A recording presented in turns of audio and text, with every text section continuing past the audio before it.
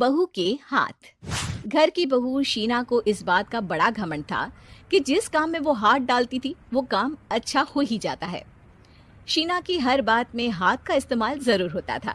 एक दिन शीना का पति आकाश उससे कहता है, कल जो वो भिंडी बनाई थी ना तुमने, वाह वाह वाह वाह, मजे आ गए। मैंने अपने हाथों से बनाई थी।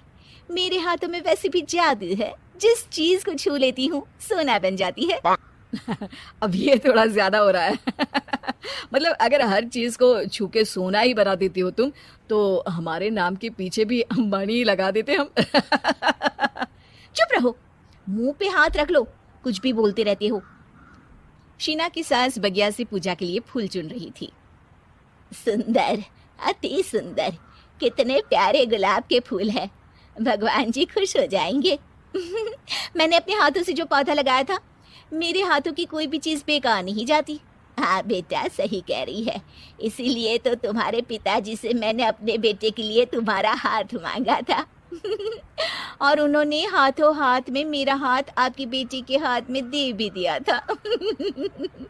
हाँ बेटा, वो तो है, पर मुझे ये बता, तू ये हर बात में हाथ क्यों बीच में लेकर आती है?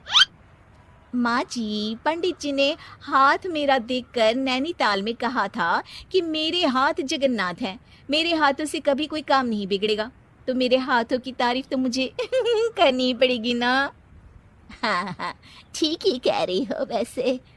तो मिलाओ हाथ इसी बात पर। शीना को न सिर्फ इस बात पे गर्व था कि उसके हाथ से सब अच्छा होता है, बल्कि घर के सारे काम भी वो पहले अपने हाथ से करती, फिर कोई दूसरा उन कामों को कर पाता।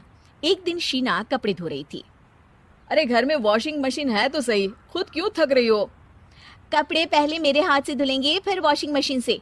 पहले हाथ की सफाई, फिर मशीन की धुलाई। अगर आज डाकू गब्बर सिंह होता ना, तो वो ये हाथ मुझे दे दे ठाकुर, तुमसे जरूर कहता, और मैं तो दिलवा भी देता तुम्हारे हाथ। हर एक काम में हाथ बटाओ, ज्यादा जुबान न चलाओ, वरना दूंगी एक उल्टे हाथ से। क्या दोगी? कपड़े दूंगी, लो निचोड़ो। ऐसे ही एक दिन, अरे बहू, ये सोफे पर चढ़कर हाथ से पंखा क्यों घुमा रही हो? माँ जी, क्योंकि मेरे हाथ से घूमेगा तो ज्यादा अच्छे से हवा देगा। अरे बेटा, फिर तो तुम गाड़ी का पहिया भी हाथ से घुमा के मायके जाया करो। एक बार आकाश ने घर पर कार लाने की बात छेड़ी। माँ, सोच रहा हूँ कि एक कार लेकर आता हूँ। ले ले बेटा, क्यों नहीं? अरे पैसे हो तो हवाई जहाज भी ले लेना। हाँ, पैसा तो हाथ का मेल है, ले लेते हैं। इस हाथ पैसे देंगी, उस हाथ कार ले लेंगी। मुझे तो लगता है कि बहू कार भी अपने हाथों से धक्का लगाकर घर लाएगी। वो तो नहीं करूंगी, लेकिन सबसे पहले स्टीयरिंग पर हाथ मैं ही लगाऊंगी, ताकि गाड़ी का आना शुभ हो। अरे घर ले आने तो दो, फिर हाथ लगा लेना। लेकिन शीना नहीं मानती।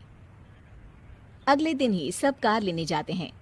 शीना सेल्समैन से कहती है, भैया ये कार बहुत पसंद है, पैक कर दो। अरे ओ भाग्यवान, 2 मीटर कपड़ा नहीं है जो पैक करवा ले, जरा चला कर तो देखने दो। यस सर, बिल्कुल, टेस्ट ड्राइव कीजिए ना। अरे नहीं नहीं, सबसे पहले मैं हाथ लगाऊंगी गाड़ी को, मेरे हाथ अच्छे हैं।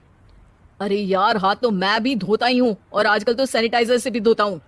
मेरे काम में हाथ ना अड़ाओ। अरे टांग ना अड़ा होता है भाग्यवान, हाथ नहीं।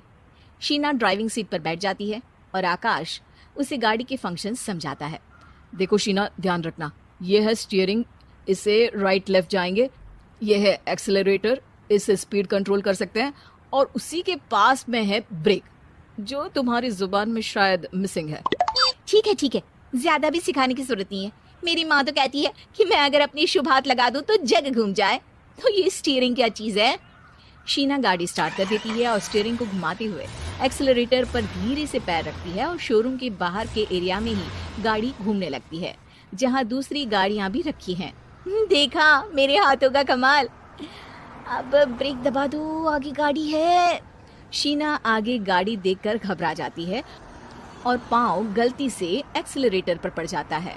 कार आगे खड़ी एक बड़ी गाड़ी में घुस जाती है। दोनों कार से उतरते हैं। सेल्समैन भागते हुए आता है। अरे 7 लाख की गाड़ी खरीदने आए थे और 15 लाख की गाड़ी ठोक दी, ओ माय गॉड। आकाश की माँ, आकाश और शीना घबरा जाते हैं। इतना सारा पैसा कहाँ से आएगा? तभी वहाँ मैनेजर भी आ जाता है, पूरा माजरा समझता है। अरे टेंशन मत लीजिए, गाड़ियों का इंश्योरेंस था, आप जो कार लेने आए थे वही खरीद लीजिए। पर मैडम, जब तक आप सीख ना ले तब तक गाड़ी मत चलाइएगा। अभी तो आपने गाड़ी बस ठोकी है, जिसका बीमा भी था, लेकिन सड़क पे चलते हर इंसान का बीमा नहीं होता। अरे मेरे हाथों से ठुक भी गया ना तो उसकी जिंदगी बन जाएगी, और अगर चला भी गया तो स्वर्ग ही पाएगा। मैनेजर साहब, मेरे हाथ में कोई दिक्कत नहीं है, वो तो बस पाँव गलत जगह पर चला गया था। शीना की बात सुनकर आकाश अपना सर पीटता है और उसकी सास अपने हाथ से खुद का मुंह छिपा लेती है और मैनेजर हाथ जोड़कर माफी मांग